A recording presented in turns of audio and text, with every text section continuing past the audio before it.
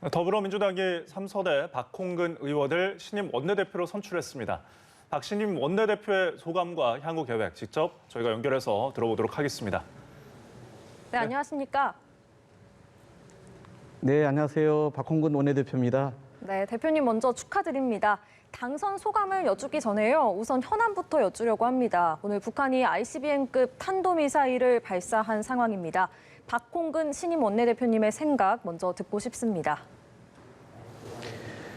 안보 문제와 관련해서는 여야가 없지 않습니까? 그리고 또 현 정부건 차기 정부건 간에 이런 문제에 대해서는 일치된 목소리를 내야죠. 그래서 대한민국의 안보 위협에 대해서는 저희가 명명백백하게 단호한 목소리를 같이 내는 게 중요하다 생각이 들고요. 올해 들어서 지금 ICBM이나 또 여러 가지 그 미사일 발사가 있지 않았습니까? 한반도의 긴장이 고조되고 있는데 이럴 때일수록 당선자 쪽도 또 현재의 국민의힘도 마찬가지로 좀 초당적으로 같은 목소리를 내기 위한 그런 좀 이렇게 노력들을 했으면 좋겠고 저희들 국회 안에서도 좀 그런 목소리는 같이 한번 좀 내면 좋겠습니다.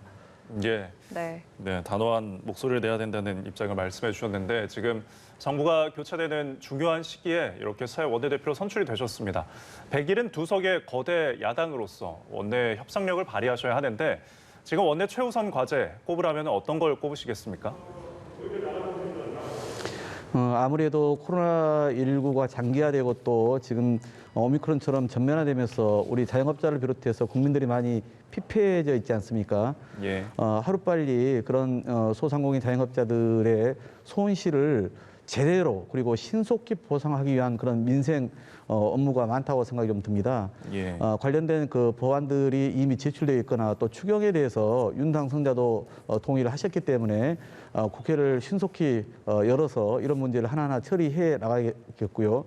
또한 지난 대통령 선거에서 여야 후보 공이 약속한 것들이 많습니다.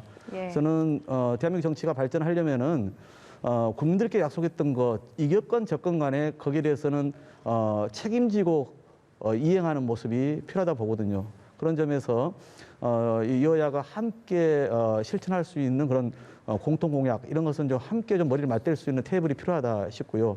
끝으로는 결국 국민들이 계획에 대한 또 목소리가 높습니다. 그래서 이 공정하지 않는 그런 질서로 인해서 국민들이 갖는 그런 여러 가지 문제점들이 있기 때문에 그런 이 정치권의 그런 기득권을 타파하기 위한 또 검찰의 어떤 과도한 권력이나 또 언론의 어떤 잘못된 그런 가짜뉴스나 이런 것들을 제로 잡기 위한 그런 계기법도 함께 서둘러야 된다 이렇게 생각하고 있습니다. 네, 개혁 말씀하시면서 이제 검찰의 과도한 권력을 언급하셨습니다. 특히 검찰 개혁 법안이요, 윤석열 당선인을 견제하기 위한 대책으로 보이거든요. 윤호중 비대위원장의 설명에 따르면 검찰의 기소권과 수사권을 완전히 분리하는 게 골자인데 국민의힘의 반발도 예상이 됩니다.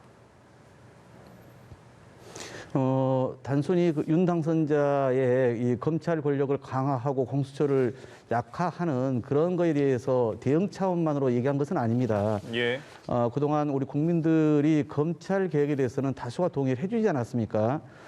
그게 이제 실제 안착되고 성과를 내는 데까지는 시간이 걸릴 수 있습니다만 어렵게 진전시킨 그 계획을 흔들어서는 안 되는 것이죠. 오히려 더 나아가서 이 검찰이 지금 독점하고 있는 기소권 문제에는 뭐 존중을 하더라도 수사권 문제 지금 6개 범죄 관련해서는 검찰이 갖고 있지 않습니까? 이 문제에 대해서도 이번 기회에 제대로 견제와 규명 차원에서 바로잡는 게 낫겠다라고 하는 그런 국민들의 목소리가 있는 것이죠. 그래서 단지 뭐 반대를 하기 위한 어떤 그 협상을 위해서 전략적 포석을 두는 것은 아니다. 검찰 개혁 자체는 거슬 수 없는 시대의 흐름인 것은 분명하고요. 네. 향후에 이제 여야가 또 이 문제를 가지고 머리를 맞대야 될 겁니다. 그래서 그 과정에서 국민들이 바라는 방향으로 성과를 내릴 수 있게끔 최선을 다하겠습니다. 예. 자, 그리고 문재인 대통령과 윤석열 당선인 사이의 갈등, 나아가서 청와대와 인수위 사이의 갈등이 계속되는 모습인데 지금 청와대 회동이 무산된 뒤에 대통령실 이전과 한은 총재 인사 또 법무부 업무 보고를 둘러싼 충돌까지 다양합니다. 지금 이 상황 어떻게 보고 계십니까? 글쎄 저는 이런 상황을 어떤 그 대통령 선거 결과에 대한 불복으로 몰아가는 것들도 온당치 않고요. 딱 한 가지 말씀을 드리고 있는 거거든요. 소통해달라는 겁니다. 그리고 절차를 지켜달라는 거거든요. 저는 결코 이게 무리한 요구가 아니라 생각하는데 왜 저렇게 너무 막무가내로 하는지 좀 저도 납득이 되지 않는 지점입니다. 예. 저희가 청와대 이전 반대 결코 하지 않습니다. 이전해야죠. 국민들께 했던 약속이고 할 수 있으면 당연히 해야 되는 겁니다.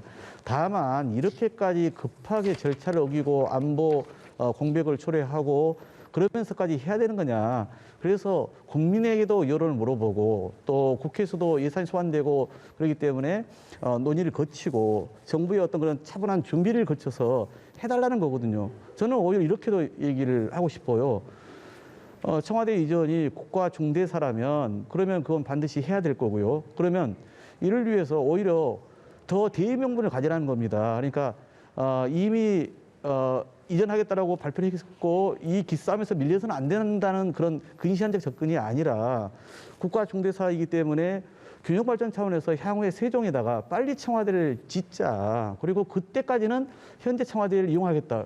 이걸 반대할 국민들이 있을까요? 그러니까 저는 합리적 대안이 있음에도 불구하고 이미 제안했고 주장했고 당선자가 결정했기 때문에 무조건 해야 한다라고 하는 것은 저는 이것은 온당치 않다 이렇게 보는 것이죠. 그래서 제발 소통해달라. 소통하면 모든 답은 거기서 나온다. 이렇게 말씀드리고 싶습니다. 예, 알겠습니다.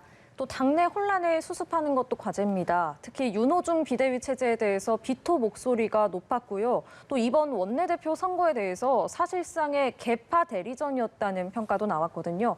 당을 안정화하고 통합하기 위해서 어떻게 해야 할까요? 무엇보다 중요한 게 정말 처절한 반성을 기본으로 해서요. 우리가 철저하게 쇄신하는 모습이 국민의 신뢰를 회복할 수 있는 길이다. 이렇게 생각을 합니다. 지금 비대위가 이제 어렵게 출발을 했는데요. 저는 윤호중 비대위가 여러 가지 절차적 과정에서 문제 제기는 있었지만 지금은 어떤 일을 해내느냐 그 성과를 통해서 평가를 받아야 된다 이렇게 보고 있고요. 이제 우리 국회의원들이나 당의 또 다수의 뜻도 결국은 당을 안정화하고 그리고 우리 국민의 요구에 걸맞는 성과를 조속히 내라 여기에 좀 더 방점이 있지 않냐 싶습니다. 그리고 이번 원내대표 선거에 대해서 여러 가지 이 개파 대리전 아니냐 이런 우려가 있었던 건 사실인데 저도 참 당혹스러웠습니다. 왜냐하면 제가 이재명 대선 후보의 비서실장을 했습니다만 제가 원내대표 나오기 위해서 무슨 이재명 후보랑 사전에 무슨 상의를 했거나 또는 이재명 후보를 도왔던 의원들이 함께 모여서 저를 미는 것도 아니었거든요. 저는 그동안 제가 의정활동하면서 맺었던 여러 가지 관계나 또는 제 어떤 실력이나 제 소신을 가지고 활동을 해왔는데 그렇게 이제 프레임이 짜여진 것에 대해서 저로서는 되게 곤혹스러웠어요. 하지만 우리 의원들의 그 지혜와 저력을 저는 믿습니다. 늘 이런 어려운 상황에서 우리가 단결해야 위기를 돌파할 수 있다라고 하는 생각들이 그 무엇보다 우선시되고 있거든요. 그래서 오늘도 모든 후보들이 다 단결, 단합 이야기를 하지 않았습니까? 저 또한 향후에 이런 개파 이런 거에 결코 연연하지 않고 당을 하나로 온전히 만드는 데 힘을 쏟을 예정입니다. 예, 위기 돌파를 위한 단결과 단합을 강조해 주셨습니다. 지금까지 더불어민주당 박홍근 신임 원내대표와 함께 인터뷰했습니다. 오늘 감사합니다. 네, 고맙습니다.